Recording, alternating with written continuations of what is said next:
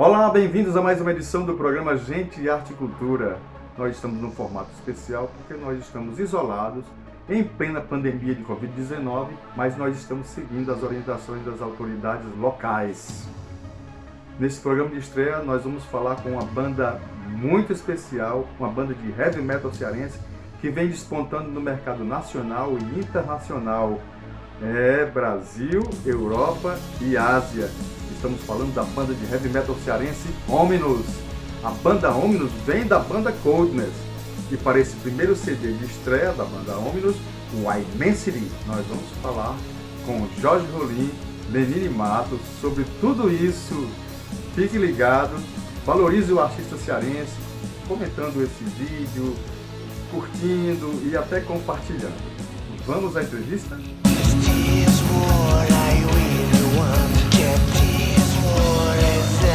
Quero aproveitar a oportunidade para conversar com esses grandes amigos aqui, o Jorge Rolim e o Lenine Matos, que são da antiga banda Coldness, hoje Hominus, que está estreando com o CD Immensity.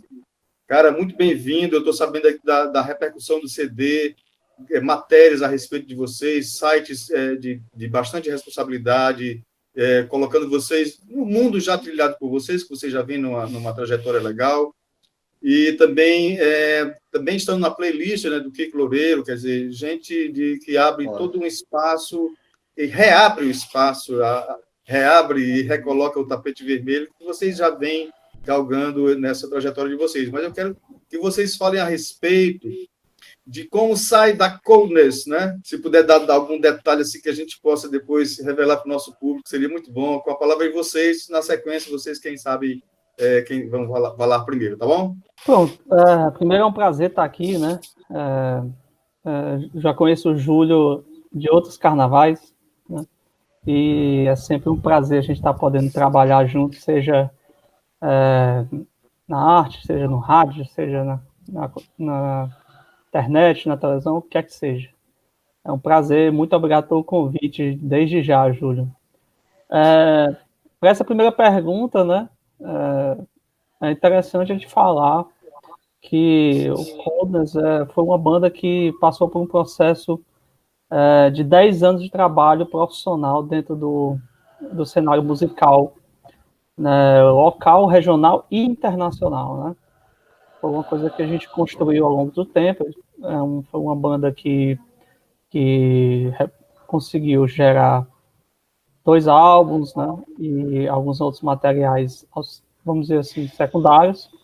E mais ou menos no final de 2018, outubro de 2018, novembro de 2018, a banda passou por uma reformulação na sua formação e, por outros ou quaisquer motivos, os membros remanescentes resolveram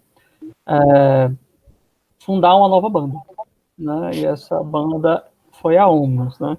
A Coldness hoje, até onde a gente sabe, a gente tem informação, é uma banda que existe. Ela está, como se diz assim, em estado na geladeira, vamos dizer assim. De latência, né? Estado de latência. Estado de latência, né? Mas assim, nós não fazemos mais parte, né? E a gente resolveu fundar, né, Lenine, eu, Iago e Diego Vidal, né, que era o baterista até então, fundarmos uma nova banda, darmos continuidade a esse trabalho que tinha sido começado a ser desenvolvido nesse período final da Coldness. Gostaria de saber a sensação do Lenine, né? E como é que ele sentiu essa migração, se isso repercutiu de alguma forma no trabalho artístico dele, se isso criou, pelo contrário, uma expectativa positiva de novo nome, nova capa, novas possibilidades. Como é que você sentiu, Lenine? Bom, primeiramente, prazer estar aqui com você novamente, Júlio, de alguma forma, pelo menos virtual aí, né, por enquanto. É um cara que a gente admira muito. Quando começou nossos trabalhos, já como Hominus, a gente sentiu uma liberdade bem maior de falar mais, de se impor e trazer o direcionamento da banda ao novo patamar. Eu acredito que, não porque a banda anterior não podia fazer isso, mas acredito que, como tendo uma banda nova chegando, um novo nome traz possibilidade de novos horizontes, né, novas coisas. E eu percebo também que o fato da gente ter reformulado o nome trouxe um gás a mais para a banda, aquela vontade de se provar e o tal do sangue no olho mesmo, né? Então, assim, pelo menos na parte de guitarra, parte vocal, né, melhor falando, porque é a minha parte, eu senti muito isso, né? Que a gente poderia testar as coisas, explorar, né? Para você ver, para você que deve ter escutado o disco, a música Breakthrough, por exemplo, é uma coisa que é completamente distinta do que a gente vinha fazendo antes. Jorge, você prima muito pelas letras mais profundas, mais psicológicas, e até com um certo apelo esotérico. Que tipo de público você quer atingir? Se você acha que as pessoas estão realmente preparadas para esses temas, considerando que nós vivemos num estado onde as pessoas abandonam um pouco as letras ficam meio que relegadas mais para um segundo plano, o ritmo e a música, a melodia é que é mais valorizada, e você entra com uma coisa profunda, mais concentrada, talvez até mais soturna. Como é que você percebe essa divisão de público e que dificuldades e que perigos há nessa divisão de público, e considerando que a banda quer fazer um sucesso, ou se há um nicho específico que é consumidor do trabalho de vocês, do trabalho desse tipo? Olha, Júlio, sobre essa questão, tem várias formas de responder, ela tem várias vertentes, já como você já trouxe na pergunta, né? A gente pode pensar nela como artista, como compositor, na resposta para essa pergunta. A gente pode pensar como banda de heavy metal, né? Entendendo o público do heavy metal. E a gente pode entender também como uma banda que quer se pôr no mercado. Como artista, a gente, no final das contas, a gente tem que passar uma mensagem verdadeira do que a gente entende que é válido e do que a gente consegue expressar. Na verdade, eu estudo filosofia há mais de 10 anos, né? 10, 15 anos, e venho estudando outros tipos de vertentes filosóficas, né? Como até você falou de viés mais esotéricos, né? E algumas coisas exotéricas, né? E isso permite a gente ter outras visões sobre questões do dia a dia também, né? Como o Lenin comentou na fala dele. E eu acho, sim, que isso chama a atenção de boa parte do público, né? Mas, na verdade, não vejo uma divisão, eu vejo, na verdade, uma junção. Porque as mensagens estão ali, né? Mas as frases de efeito e os posicionamentos melódicos, vamos dizer assim, né? Eles também estão ali, a gente teve esse cuidado, né? O Lenine me ajudou muito a gente ter esse cuidado com a métrica, com a melodia da coisa. E a gente conseguiu fazer com que a gente atingisse camadas de profundidade, porque eu acredito na inteligência de todos, mas de interesse da mensagem daquela música. Então, você tem ali uma mensagem direta, literal, você tem uma mensagem mais indireta, uma mensagem iniciática, uma mensagem... Então, a gente busca trabalhar eu busquei trabalhar algumas camadas no alto da minha genialidade, né, como diria Roger Waters, a genialidade do artista, do músico. Né?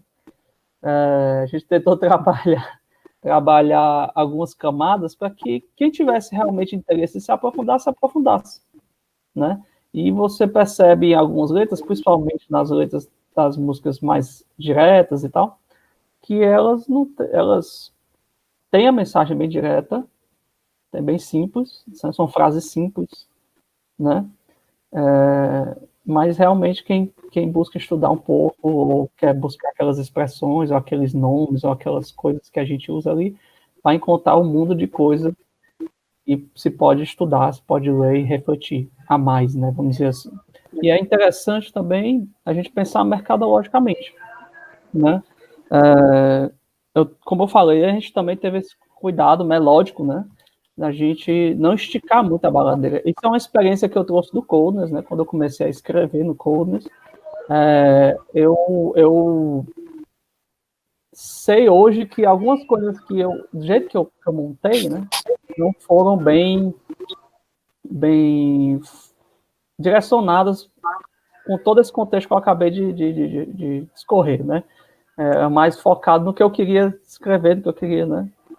E eu trouxe essa experiência, né, dos erros e acertos para a Omnus, e eu acho que depois de uma revisão da ideia e de um trabalho melódico, a gente conseguiu sintetizar, porque a gente aprende, isso eu posso lhe dizer, que várias correntes filosóficas, né, e iniciáticas, a gente aprende que, por mais que a mensagem seja antiga e os símbolos e as alegorias sejam fortes e densos, a síntese é que faz o verdadeiro mestre.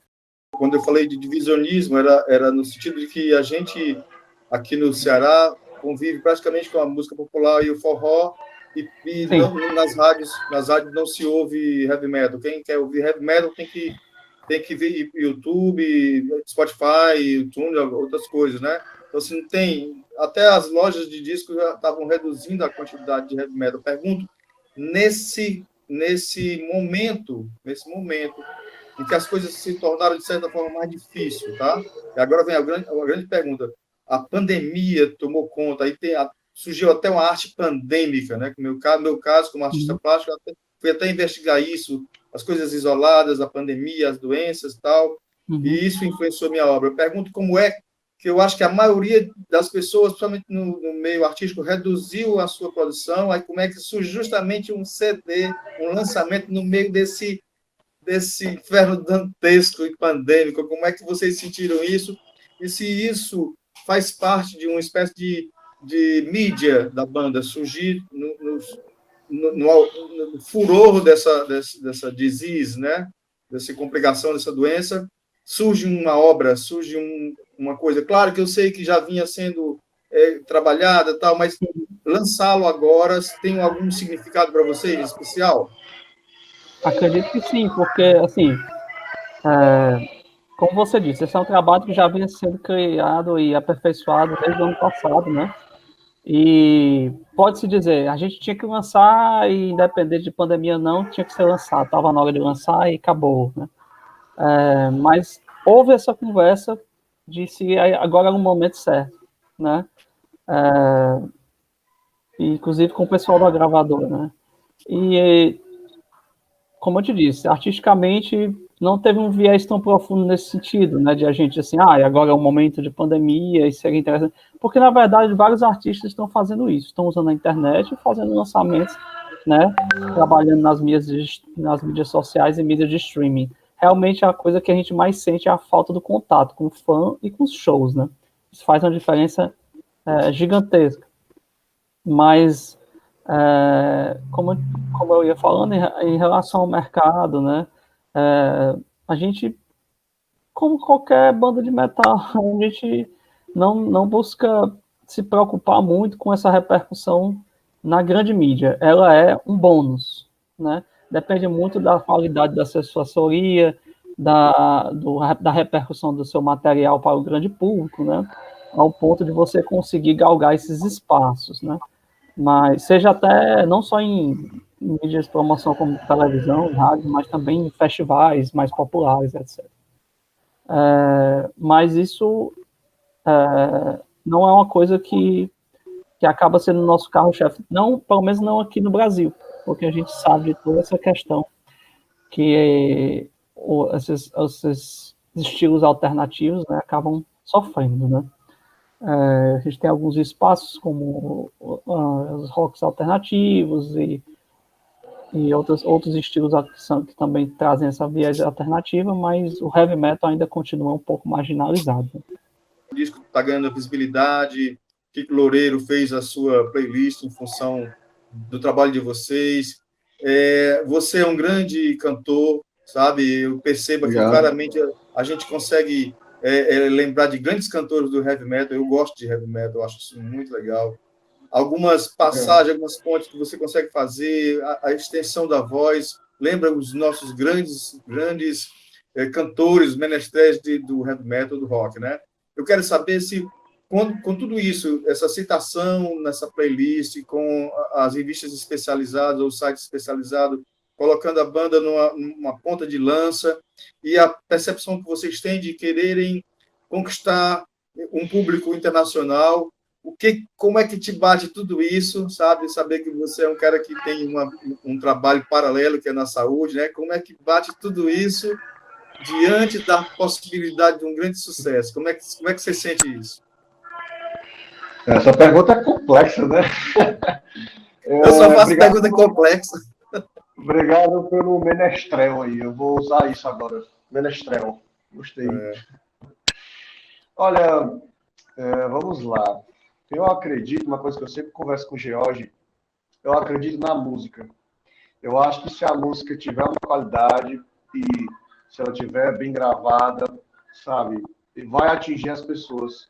Independente de como seja, de alguma forma, vai atingir as pessoas. Para você ter uma ideia, essa semana a gente recebeu um e-mail de um cara da Alemanha pedindo o CD físico.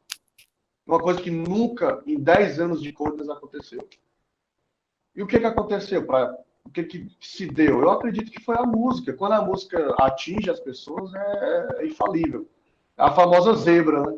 Alguma dessas músicas vai atingir as pessoas e dessa forma vai trazer grandes repercussões.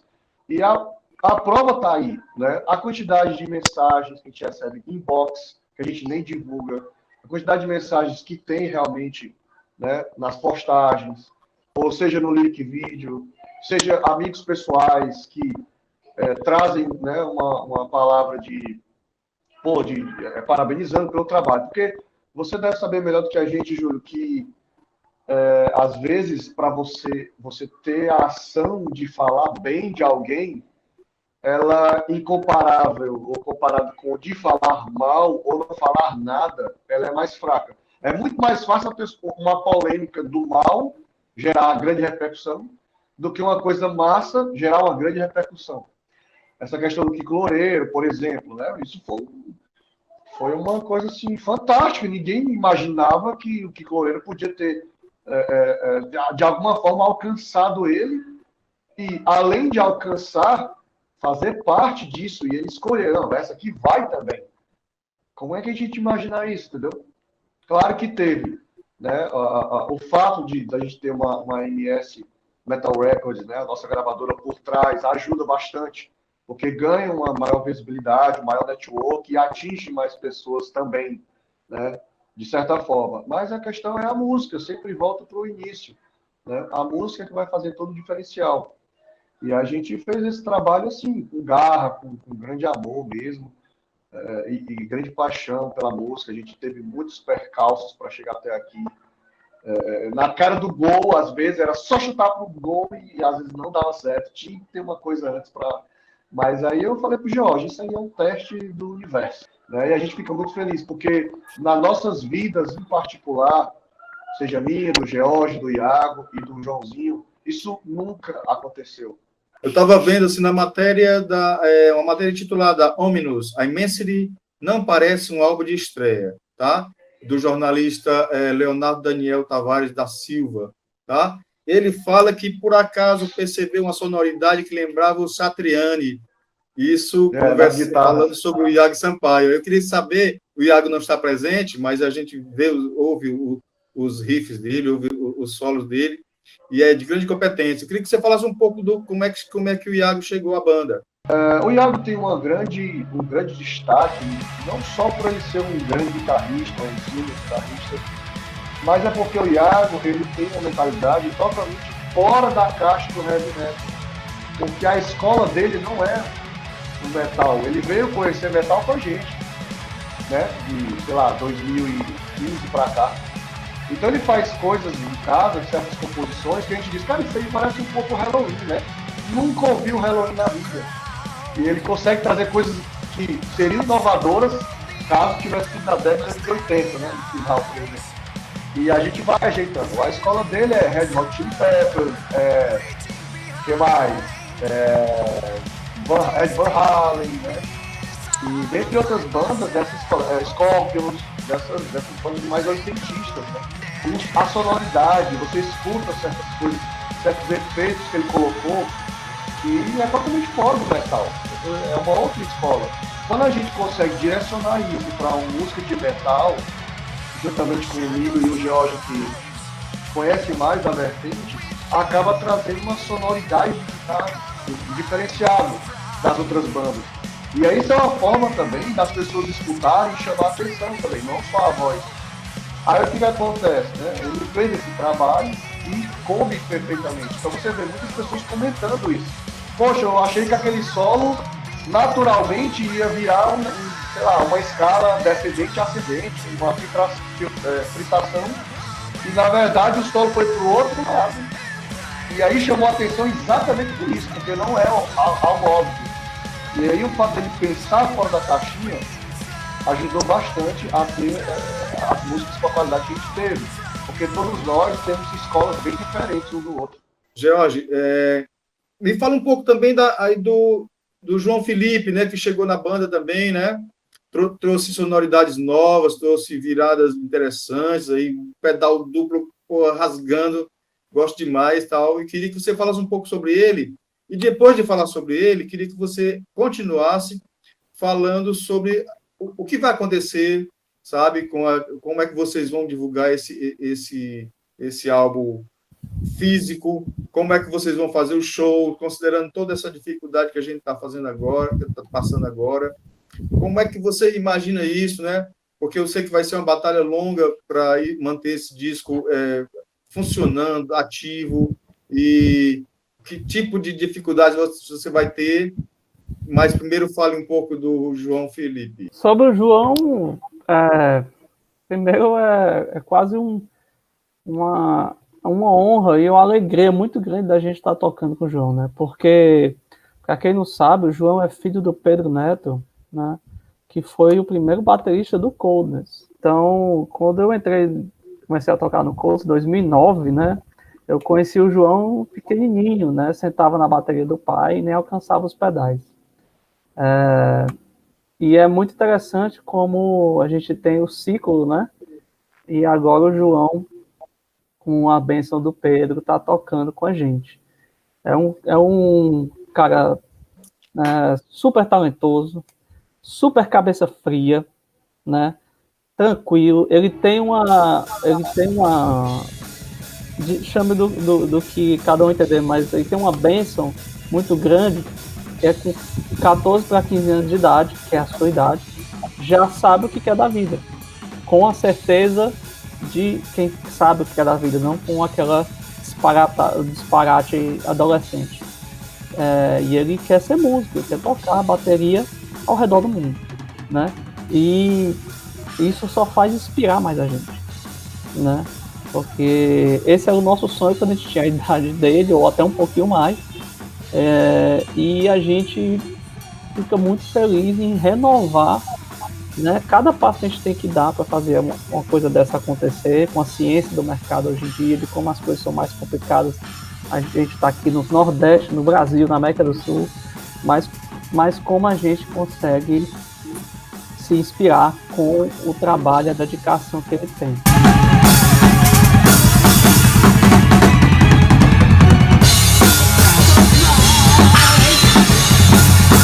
Vocês gravaram em qual estúdio, tá? E se você puder discorrer um pouquinho do tempo que vocês utilizaram para gravar todas as músicas, tá? Aí depois você emenda com a pergunta que era justamente a partir de ter o disco físico, de como levar isso para frente, como fazer chegar nas pessoas, que plataforma vocês estão usando, se vocês já têm um clipe, e se puder apontar o clipe para a gente colocar no programa, seria ótimo. A gravação ela foi feita em partes, né? Primeiro a gente decidiu assim, como a gente quer tecnicamente e financeiramente gravar esse álbum, né? Para a gente atingir o nível de reprodução que a gente queria atingir, né? E a gente acabou decidindo o quê? Que a gente ia trabalhar numa pré-produção estendida, ou seja, trabalhar 100% os arranjos, deixar tudo 95% ali, tudo perfeitinho, do jeito que tem que ser, que vai ser reproduzido na captação, né? E após isso, a gente ir para estúdio, né? A gente já tem ideia de como a gente quer que as coisas soem, e no momento que soem, para quando a gente for para o estúdio, a gente só se concentrar na performance de captação, né? Pensando nisso, a gente decidiu, então, quais são as coisas que, com as tecnologias de hoje, a acessibilidade que a gente tem com os programas digitais, etc., quais são os elementos que a gente realmente não pode ou não vai conseguir fazer por conta própria. E a gente decidiu que seriam, esses elementos são bateria e voz, né? Esses dois elementos, né, das musicais, eles foram captados no WOS Studio, World of Sound Studios, né, que é um estúdio que pertence à AWS Produções, né, aqui de Fortaleza, né? A AWS Produções é a empresa que o Wesley Safadão é sócio. Nessa lógica, o que a gente fez? A gente fez essa produção estendida e a gente usou o menor número de horas possível para só se captar, né, com a melhor energia possível e performance possível naquele momento. Então, na bateria a gente fez uma sessão diária, né, e de manhã a montagem até a captação toda da noite das 10 músicas que tem bateria, porque tem são 12 músicas no álbum, mas 2 músicas não tem bateria. E foram gravadas as 10 músicas num dia só, numa diária só. Os louros são do Diego Vidal, né, que foi o baterista que compôs e gravou as baterias do iMassive. E os vocais foram captados, se eu não me engano, de 4 a 5 sessões, né, no mesmo estúdio. Né? A gente fez em momentos diferentes, porque diferente da bateria, a voz não dura, no nível de performance que o Lenine executa, nenhuma voz humana dura 10 horas, 12 horas seguidas, né? Não aguenta esse punch. E como ele tem todo esse trabalho, esse cuidado com o instrumento dele, ele soube direcionar quantas sessões seriam ideais para ele conseguir manter o pico de performance para a gente captar aí as coisas do jeito que a gente achava que tinha que captar. Nessa tocada, eu acho que eu posso falar um pouquinho sobre como a gente está prevendo a divulgação do iMassive, né? Antes de mais nada, a gente está até um pouco surpreso, porque, como o Lenine falou, alguns elementos da repercussão são até novidades para a gente que está há mais de 10 anos aí tentando batalhar no background do heavy metal, né? A repercussão tem sido muito boa, muito orgânica, né? E isso, inclusive, até com feedback da gravadora, né? A gente subiu muito rápido vamos dizer assim, na repercussão, assim, no cache da gravadora, né? Porque o material tem sido muito bem aceito onde quer que a gravadora o lance, né? E eu acredito que o digital, a versão digital do álbum foi com certeza um tapete vermelho muito, muito grandioso que se estendeu para a vinda do físico, né? E que está vindo aí, a gente acredita que até terceira, quarta semana de agosto a gente está com todos os físicos na mão, né? E eles já tiveram uma pré-venda grande, já tem muita gente demandando, não só aqui no Brasil, como na Europa e na Ásia, né?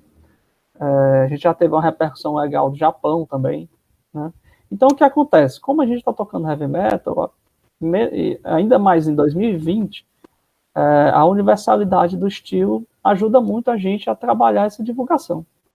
Mas como o Jorge já falou, essas divulgações são muito importantes, mas ainda assim são virtuais, né? É importante para as pessoas conhecerem, para poder, né, dar uma sacada na banda, ver os materiais que são produzidos, né? O álbum físico vai ser divulgado, a gente vai ter um esquema de vendas, né, que a gente ainda vai fazer. É óbvio que o álbum, como tem uma gravadora, vai ser distribuído pelo Brasil através da Voice Music, e a MS Metal Records vai divulgar na Europa e Japão. Certo? Mas como o Jorge falou, né, retomando, é complicado porque a maior divulgação mesmo é uma turnê. A turnê, os shows ao vivo, é isso que fideliza o público. A gente ir lá, tocar ao vivo, muitas vezes a pessoa não conhece, né, a banda e passa a conhecer ao vivo e procura os materiais nas, né, redes sociais. E é aí que todo o trabalho que a gente que eu acabei de citar agora vai ser importante. Quando a gente fidelizar algum público, pessoas que assistirão o nosso show, ela vai buscar nossas redes sociais, vai buscar alguma coisa a mais, porque o fã é assim, né? Ele gosta da banda, ele vai procurar, ele vai pesquisar, e a gente já tem uma gama de materiais, a gente vai ajudar nessa divulgação. Muito bem. Olha, nós vamos encerrar aqui a nossa entrevista, sabe? Agradecendo demais aí a Omnus. Parabéns pelo álbum A Immensity. Parabéns ao Jorge, ao Lenine, ao Iago, ao João. E sucesso, sabe? Desejo de sucesso para vocês. Quero que os desejos de internacionalização aconteçam, né? Porque, afinal de contas, nós também temos o que dizer, né? E eu confio muito nessa coisa, sabe, da palavra pensada, trabalhada, para que depois transforme-se em música e aconteça no mundo. Eu também tenho o mesmo interesse nas minhas artes plásticas. As minhas plásticas sempre teve uma coisa muito planetária e eu acho que vocês são do planeta. Vocês pertencem a esse grande sistema, sabe, artístico mundial. Eu desejo muito sucesso à banda. Obrigado. Um abraço, hein?